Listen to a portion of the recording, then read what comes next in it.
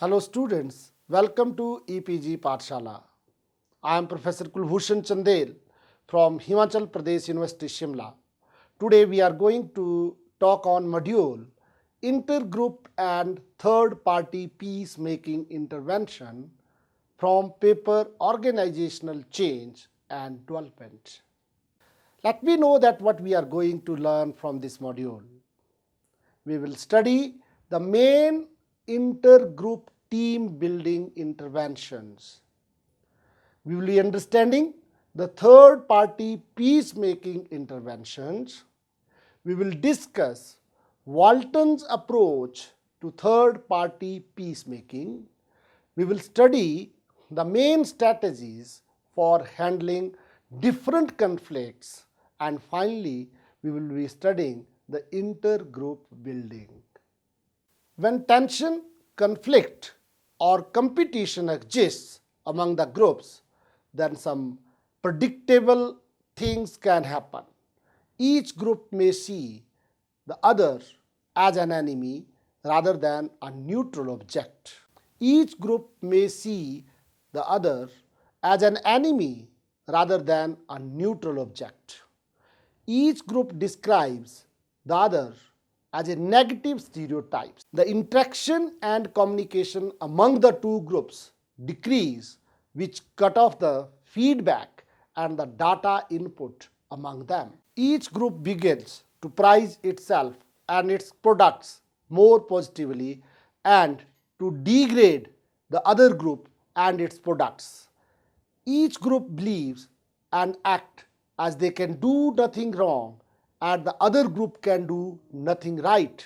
Under these circumstances, the groups may commit acts of various kinds against the other groups. This may lead to conflict among the two groups. Most people are aware of the pattern of the behavior of the groups in conflict, but few people know the way to eliminate and to get over that conflict and to avoid its consequences. There are various strategies available for the reduction of intergroup conflicts. It includes a common enemy. Common enemy means involvement of an outside object or group that both groups dislike, and this may lead to bringing of both the groups together. It also includes the increased interaction and communication among the groups will lead to positive sentiments and positive feelings. The strategy of finding a superordinate goal is also a significant strategy to remove conflict. The superordinate goals are the one that both groups desire to achieve, but neither can achieve without the help of other group. Rotation of the members of the groups and providing them some forms of training are also a form of strategy used for reduction of intergroup conflicts among the groups. Even by using the above mentioned strategies, the intergroup conflicts may not be solved. Even the dynamics of conflicts and its resolution between two persons in organizations are similar in between group conflicts. The interventions of the conflict resolutions are important and they have serious impact on intergroup and interpersonal conflicts, on team and organizational functioning, and also on human satisfaction. Intergroup team building interventions. The main aim of the team building group of organizational development interventions is on improving the intergroup relations. The main goals of these activities are as under: to increase communication and interaction between work-related groups, to reduce the amount of dysfunctional competition, to replace the parochial independent point of view with an awareness of the necessity for independence of action, calling for the best efforts of both groups. The significant amount of the dysfunctional energy is spent in communication, misunderstanding, miscommunication, and misperception is not uncommon between groups. Organizational reward structures often encourage the behavior through emphasis on unit goal attainment as contrasted with the total organizational goal achievements. Organizational development methods provide the manners of increasing the intergroup cooperation and communication. Steps of intergroup team building interventions. It includes identify the issue, then convene the group, provide group training, address the issue, dissolve the group, and follow up action.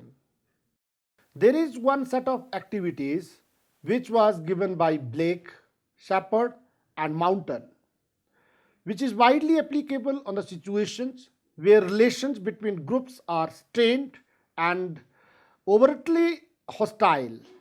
The main steps in this set of activities are identifying the issue.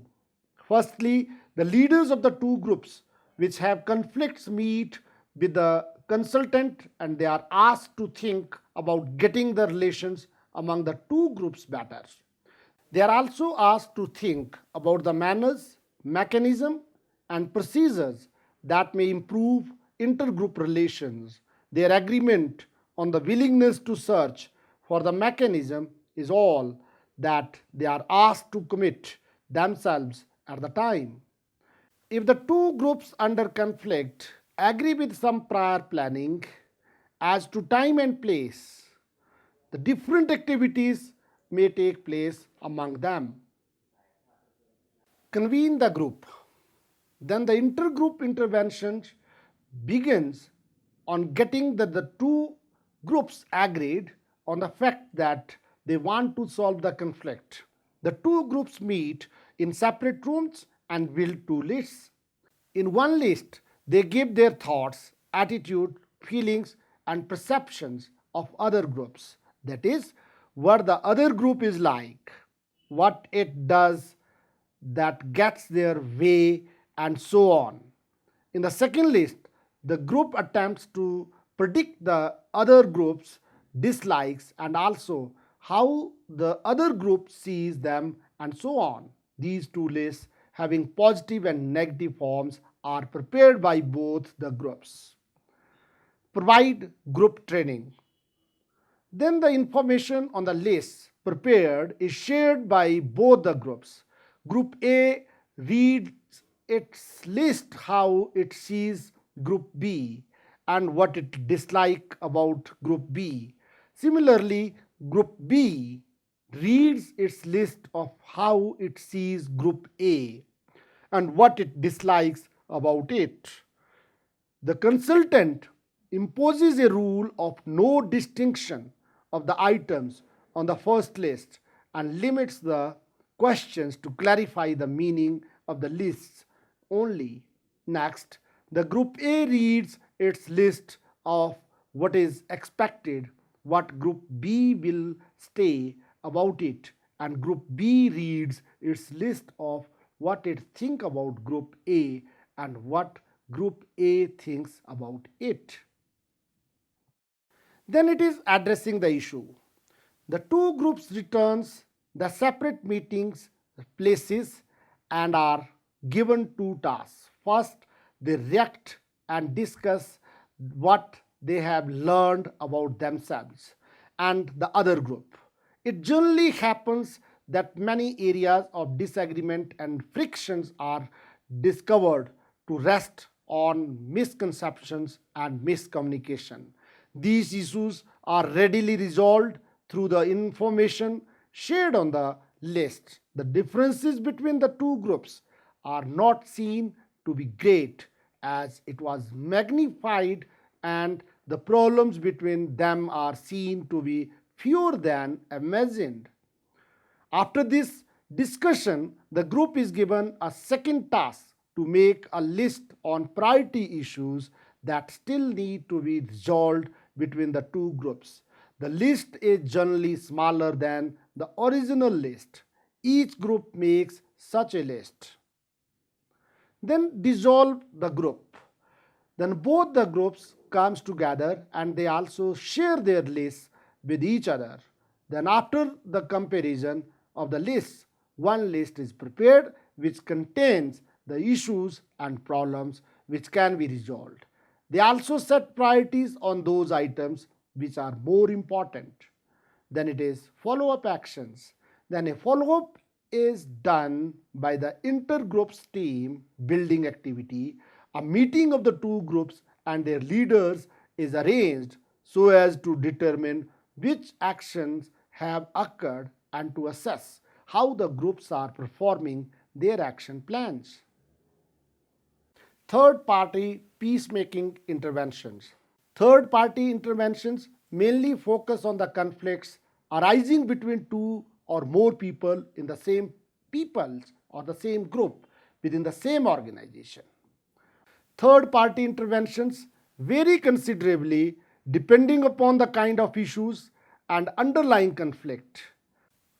Conflict can arise over the substantive issues like work methods, pay rates, and conditions of employment, etc.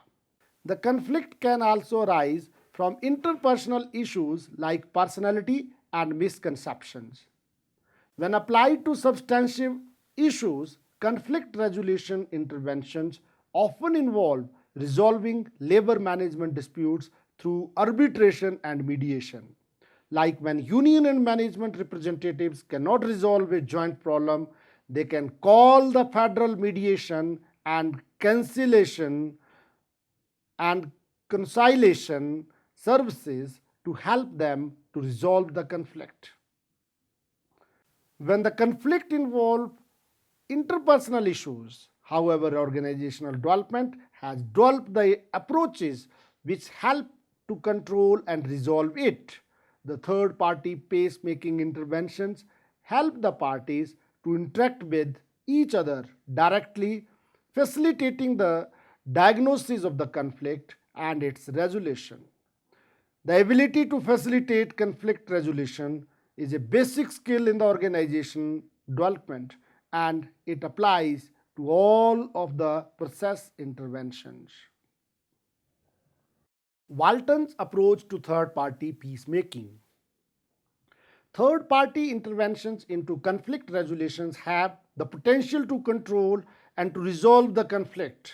R.E. Walton has presented the statement of theory and practice for third-party peacemaking interventions which are important in both on the rights and roles of the organization development. The main feature of the third-party peacemaking intervention is confrontation. The two parties must be willing to confront the fact that there is existence of the conflict and moreover it also has the consequences for the effectiveness of the two parties involved.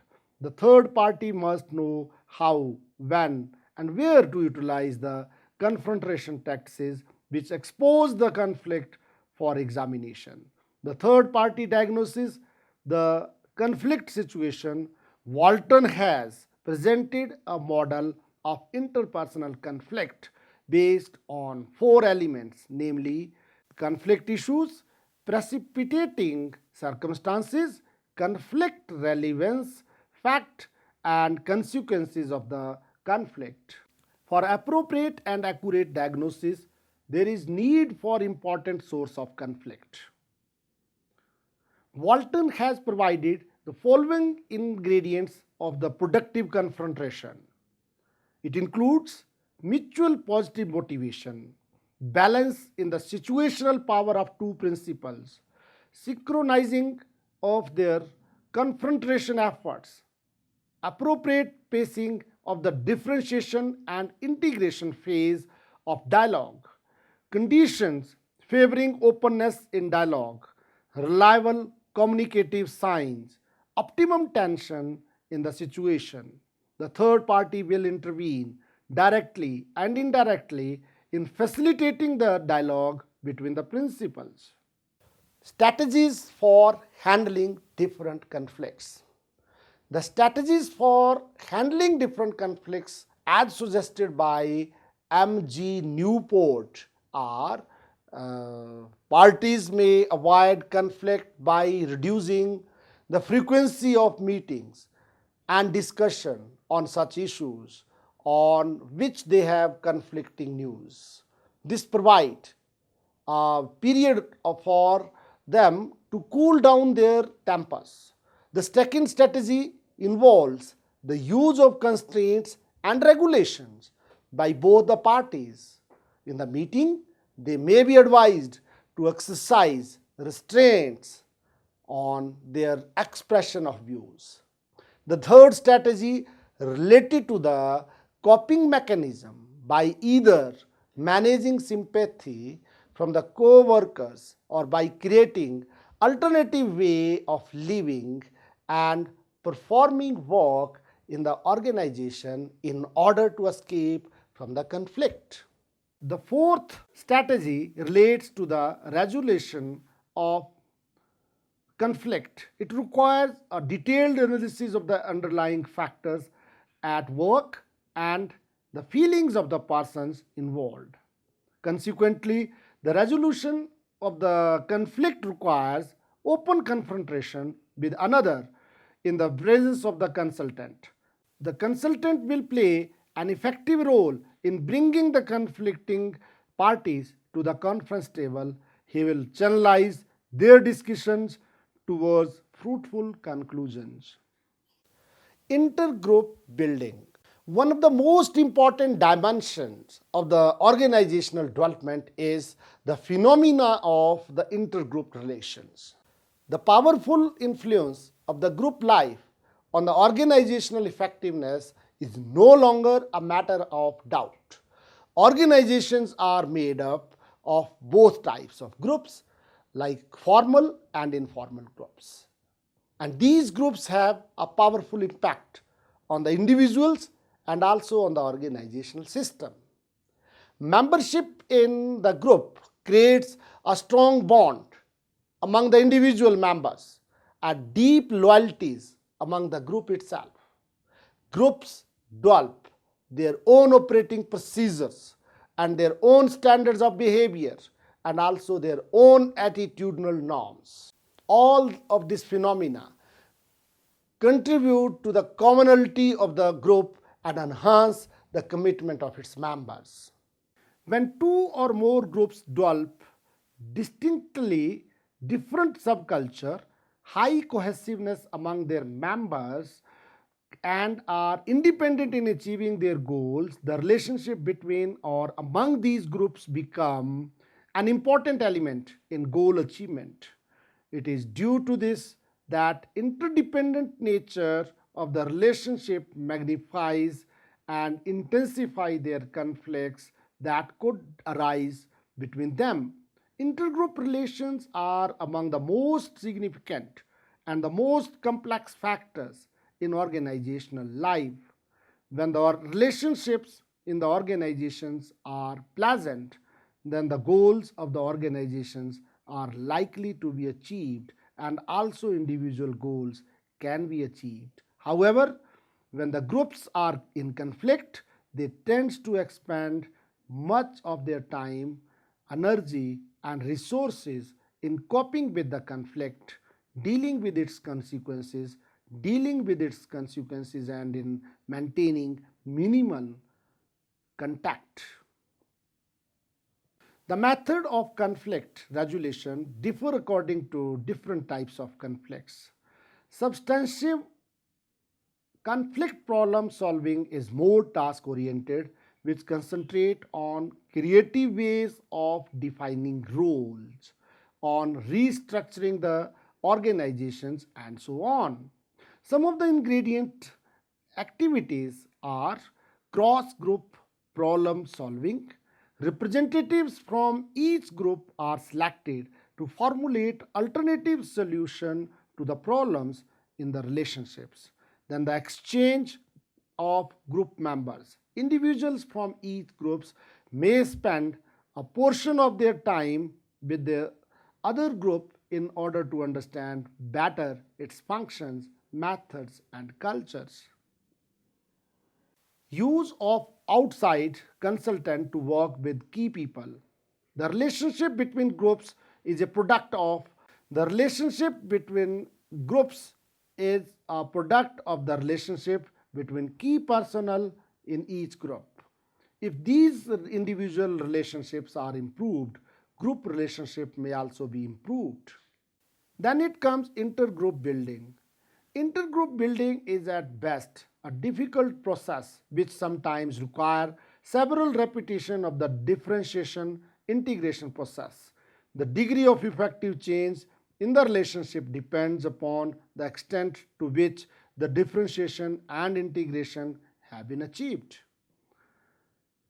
For example, people have different professional needs and concerns as they progress through their career and life stages.